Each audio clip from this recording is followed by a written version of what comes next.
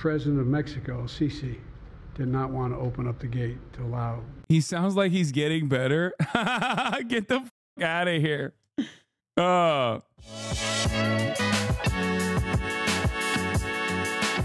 What do you think his approval rating will be if it was Biden from 20 years ago? Here's a great example of what it would look like. Tell me if you think the Biden that you saw last night in any way, shape, or form resembles the Biden from not that long ago, from 8 years ago, right? I want to show you a different Brandon, a Brandon from 2016. This is Joe Brandon from just 8 years ago. Now tell me how you think this Brandon would perform in the polls. You know, if Bernie Sanders never said he was a democratic socialist, based on what he's saying, people wouldn't be calling him a democratic socialist.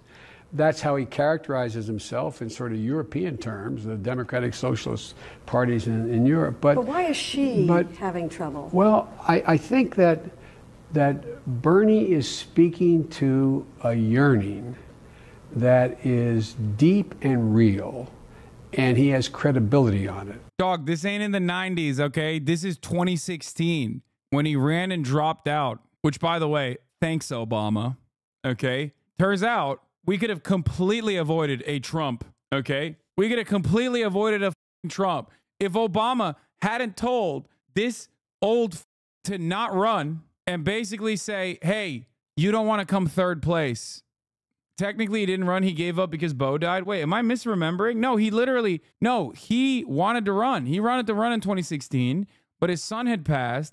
But the real story isn't, unless I'm misremembering, no, this is the real story. Obama, I'm pretty sure, gave him a call and said, I'm paraphrasing, but like I almost remember the exact terms. He called him up and he said, you don't want to be sitting in a Best Western in Wisconsin or whatever by yourself, coming third place to Bernie Sanders and Hillary Clinton. Yep, this is it. New York Times reports. Former President Obama in 2015 pushed former Vice President Joe Biden not to run for president in 2015. I think the real reason why he did not want Joe Brandon to run, of course, was because he most likely just wanted Hillary to not get a split ticket vote situation and then end up losing out to Bernie Sanders.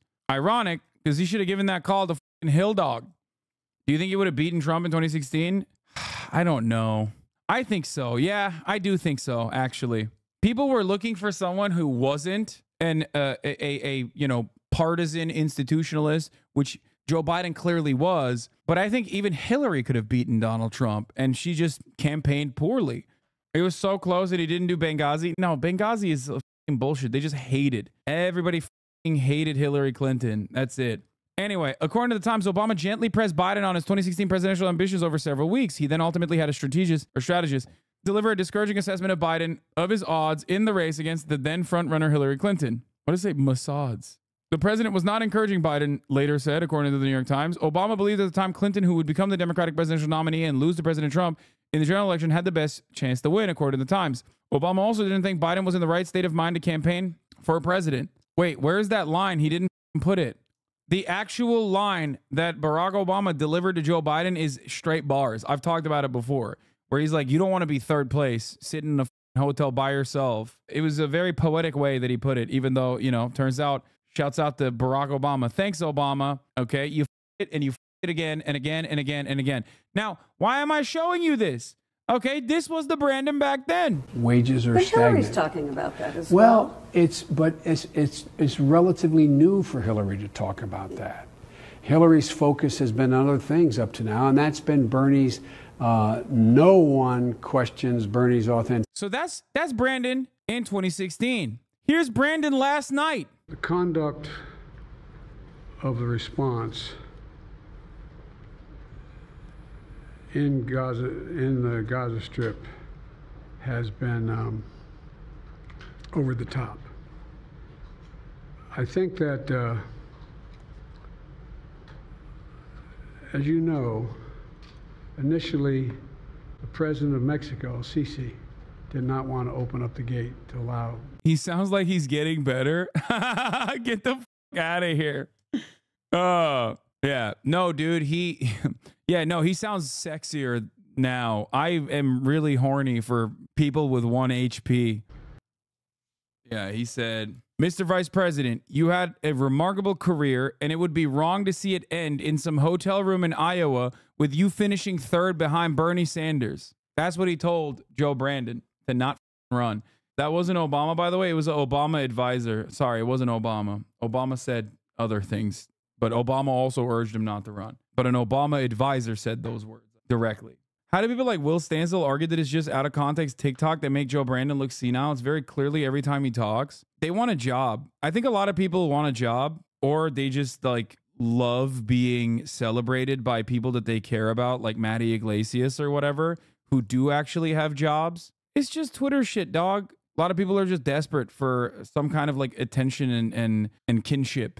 You know, we're all lonely. We're alienated from our labor. We're isolated. And we sit around and we write stuff and we want people to like us and celebrate us. That's why Will Stansel was like a diehard Elizabeth Warren supporter and used to shit on Biden's mental faculties, and then turned around and now says when Biden's mental faculties have gotten even worse than the election cycle, where he was shitting on Biden's mental faculties. And it was a big no-no, by the way. It was a big no-no to bring this up. Remember, when Biden became the candidate. How do you know you are not in that situation? What do you mean?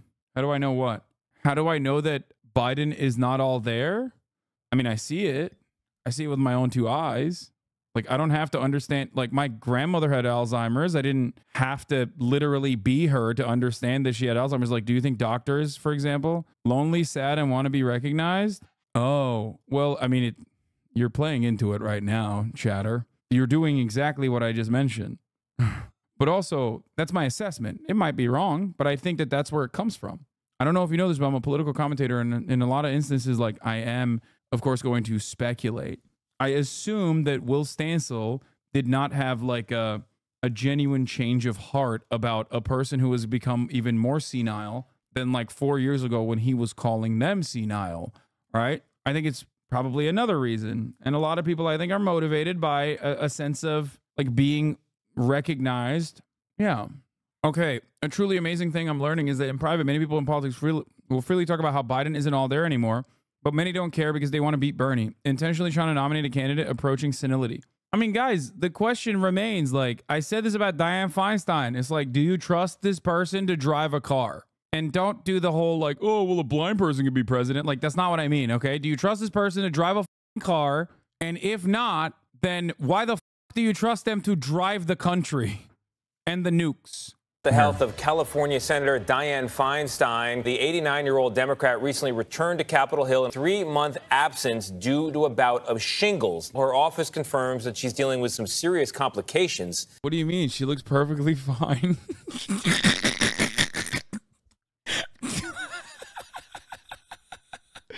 Nothing to worry about.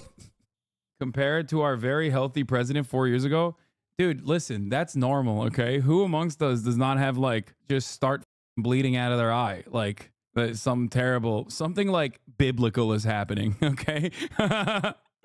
Oh, Jesus Christ. What the are we doing? I think it's obviously shitty that, you know, Brandon is a corpse. I think it's also even shittier that, like, a lot of Democrats are just basically trying to delude themselves into believing that he's not or something. Or maybe they think that, like, other people, if you say it long enough, like other people who can, like, very clearly see it with their own two eyes will now change their opinion on it or something, you know?